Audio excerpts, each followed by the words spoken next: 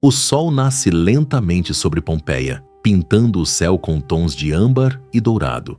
A luz atravessa colunas de mármore, desliza pelas calçadas de pedra vulcânica e aquece as fachadas coloridas das casas.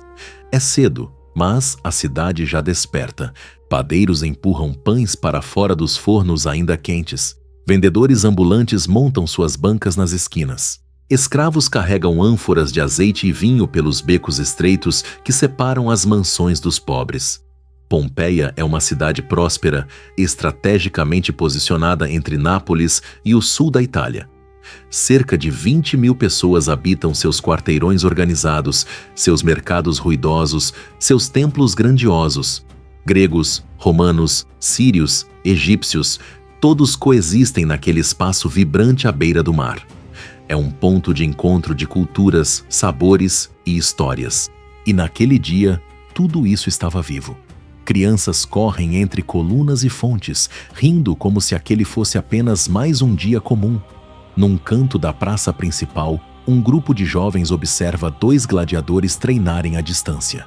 Numa taverna, homens sentados bebem vinho e discutem a eleição dos próximos magistrados. Ao fundo de tudo isso, o Vesúvio observa em silêncio, imponente, verde em suas encostas e aparentemente tão inofensivo quanto uma colina qualquer. Ninguém sabia que o Vesúvio era um vulcão. Séculos sem erupção tinham apagado completamente essa memória. Para os pompeianos, aquela montanha era apenas uma presença familiar no horizonte. Seus vinhedos nas encostas produziam algumas das melhores uvas da região. Suas terras férteis, enriquecidas por erupções antigas e esquecidas, davam frutos abundantes. O Vesúvio era generoso, não ameaçador. Era vizinho, não inimigo. Dentro das casas mais ricas, os atria estão frescos e silenciosos. Mosaicos ornamentam o chão, peixes, deuses, cenas de batalha. Afrescos coloridos cobrem as paredes com paisagens idílicas e figuras mitológicas. Nas termas públicas, o vapor sobe denso enquanto homens se banham, se exercitam e discutem política. Mulheres conversam nos jardins internos, ao redor de fontes onde a água corre todo o tempo. Pompeia funciona como um relógio bem ajustado. Cada pessoa no seu lugar, cada coisa no seu tempo. Mas algo sutil começa a mudar naquele dia de agosto do ano 79 depois de Cristo. Há semanas, pequenos tremores sacudem a região. As fontes da cidade secaram de forma inexplicável alguns dias antes. Animais domésticos estão inquietos, cães latem sem parar, pássaros abandonaram as árvores. Alguns moradores já tinham partido, levando pertences e famílias, sentindo que algo estava errado. Mas a maioria ficou. A maioria sempre fica. A maioria nunca acredita que o pior vai acontecer. Por volta do meio-dia, um leve tremor percorre o chão e interrompe conversas em toda a cidade. Pratos caem de prateleiras, rachaduras surgem em paredes antigas. Alguns ignoram. Tremores eram comuns na região. Outros param, olham ao redor, sentem no corpo que algo não está certo. Uma fina coluna de fumaça começa a subir do topo do Vesúvio. Alguns a veem. Poucos a reconhecem como sinal de perigo. A vida continua. O mercado permanece aberto. As termas não fecham suas portas. Pompeia respira, ainda inconsciente do que está por vir. Até que, sem aviso, tudo muda. Uma explosão colossal rasga o topo do vulcão com uma força equivalente a milhares de bombas atômicas. O som chega como uma pancada surda e aterrorizante, sentida tanto nos ouvidos quanto no peito.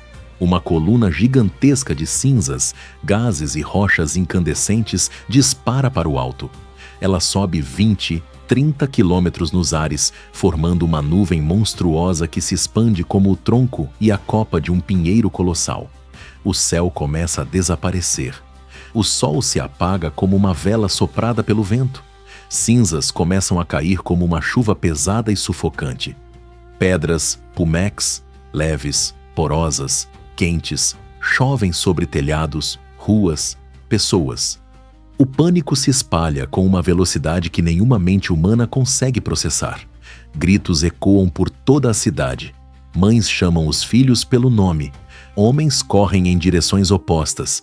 Sacerdotes pedem socorro aos deuses nos templos, mas os deuses não respondem. Pessoas tentam se cobrir com qualquer coisa que possa proteger a cabeça das pedras que caem. Algumas correm em direção ao porto, esperando escapar pelo mar. Mas as ondas estão agitadas, as embarcações balançam com violência e o céu escuro desorientou por completo quem tentava navegar. Outros correm para o interior, buscando estradas que levassem para longe. Mas a escuridão é total. O dia virou noite em questão de minutos. Relâmpagos surgem dentro da própria nuvem vulcânica. Descargas elétricas geradas pela fricção de milhões de partículas em suspensão. O trovão, misturado ao ruído surdo da erupção, cria uma sinfonia do apocalipse. Telhados começam a desabar sob o peso acumulado das cinzas e das pedras. Quem estava abrigado dentro de casa descobre que as paredes que deviam protegê-los estão se tornando suas tumbas. Alguns tentam se abrigar nos cômodos mais fundos das edificações, acreditando que o pior já passou. Outros ousam enfrentar as ruas, buscando desesperadamente uma saída. Famílias se separam no caos. Crianças perdem os pais no escuro. Idosos caem e não conseguem mais se levantar. A chuva de cinzas continua, implacável. O ar se torna quase impossível de respirar, espesso, sufocante, cheio de gases venenosos que queimam os pulmões. Mas o perigo real ainda está se aproximando. No flanco do Vesúvio, algo diferente começa a se formar. As primeiras erupções esvaziaram a câmara de magma que sustentava a coluna de cinzas. E agora, sem sustentação, aquela massa imensa desmorona sobre si mesma, criando o que os vulcanólogos modernos chamam de fluxo piroclástico. Uma nuvem ardente, uma mistura letal de gases superaquecidos, cinzas densas e fragmentos de rocha, desce pela encosta em velocidade aterrorizante. 300, 400 quilômetros por hora. Temperaturas de 300, 500 graus. Não há fuga possível. Não há aviso suficiente. A nuvem alcança os primeiros edifícios nos arredores da cidade e os consome em segundos. O calor extremo carboniza madeira, derrete metal e solidifica tudo aquilo que toca. Pessoas são surpreendidas em plena ação, correndo, abraçando alguém, cobrindo o rosto com as mãos. Seus corpos, envoltos por cinzas, tornam-se cápsulas do tempo, moldes perfeitos de um último instante. Em questão de minutos, Pompeia para de existir. O som desaparece, o pânico cessa, os gritos se apagam. O que resta é um silêncio absoluto e estranho, a ausência total de vida numa cidade que, horas antes, pulsava com a energia de 20.000 seres humanos. Nas horas seguintes, mais fluxos piroclásticos varreram a região. Herculano, cidade vizinha, foi igualmente destruída. Stabia e outras comunidades ao redor do Vesúvio foram engolidas. A erupção durou quase 18 horas no total. Quando finalmente arrefeceu, a paisagem havia sido completamente transformada. Onde havia cidades, campos e jardins, agora havia apenas um mar cinzento e silencioso de deposições vulcânicas, com até 6 metros de espessura sobre os telhados de Pompeia. O mundo esqueceu. Séculos passaram. 1, 2, 10, 15 séculos. Pompeia desapareceu da memória coletiva da humanidade. As gerações que vieram depois não sabiam exatamente onde aquela cidade tinha ficado. O próprio nome era incerto. A terra engoliu tudo e a terra ficou em silêncio. Até que, em 1748, escavadores contratados pelo rei de Nápoles começaram a escavar numa colina chamada Civita. E o que encontraram os deixou sem palavras.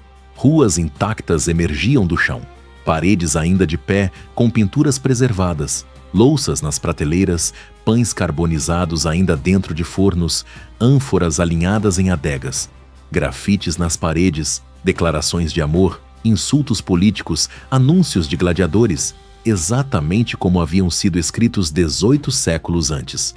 Pompeia não tinha sido destruída, tinha sido preservada. E então, os arqueólogos começaram a encontrar as vítimas. Não ossos, as cinzas haviam criado molduras ao redor dos corpos que, ao se decomporem, deixavam cavidades perfeitas no solo endurecido. Giuseppe Fiorelli, arqueólogo do século XIX, teve a ideia de injetar gesso líquido nessas cavidades. O resultado foi assombroso. Surgiram figuras humanas em posições exatamente como estavam no momento da morte. Cada figura é uma história. Cada posição conta algo sobre aquele último momento. Aquelas pessoas não são personagens históricos abstratos, são mãe e filho, vizinhos, escravos e senadores, crianças e velhos. São humanos reais, com medos reais, que viveram um dia comum e não sobreviveram para ver o seguinte. Pompeia não é apenas um sítio arqueológico, é a maior e mais perturbadora fotografia que o tempo já tirou da humanidade. É um espelho de nós mesmos, refletindo não o passado distante, mas a universalidade da vida cotidiana, com seus mercados, suas disputas, seus amores, suas rotinas. Tudo aquilo que acreditamos ser moderno e único, Pompeia nos mostra que já existia. Hoje, mais de 3 milhões de pessoas visitam as ruínas de Pompeia a cada ano. Caminham pelas mesmas ruas de pedra que os pompeianos percorriam. Olham para os mesmos afrescos, leem os mesmos grafites e param em silêncio diante das figuras de gesso, tentando imaginar, tentando sentir algo daquele momento impossível de compreender completamente. E o Vesúvio ainda está lá. Do alto de Pompeia é possível vê-lo, enorme, sereno, com uma leve névoa ao redor do topo. Cerca de 3 milhões de pessoas vivem hoje em sua zona de influência direta. Nápoles cresce ao longo de suas encostas. Cidades e vilarejos se estendem pelo que um dia foi a área de destruição. Os vulcanólogos monitoram o Vesúvio continuamente. Sabem que ele vai entrar em erupção novamente. Não sabem quando, mas sabem que vai. Ele não está extinto, está apenas dormindo. E às vezes a natureza não avisa antes de despertar. Pompeia nos ensina que a civilização é frágil, que a rotina pode ser interrompida em questão de horas, que cidades inteiras, com toda a sua história, cultura e humanidade, podem desaparecer sob a terra e serem esquecidas por gerações. Mas também nos ensina que a memória resiste, que aquilo que foi vivido deixa marcas, que mesmo sob 6 metros de cinzas, uma cidade pode gritar seu nome através dos séculos. E Pompeia gritou. E nós ouvimos, e nunca mais devemos esquecer. Pompeia. O dia em que tudo acabou, e ninguém estava preparado para isso.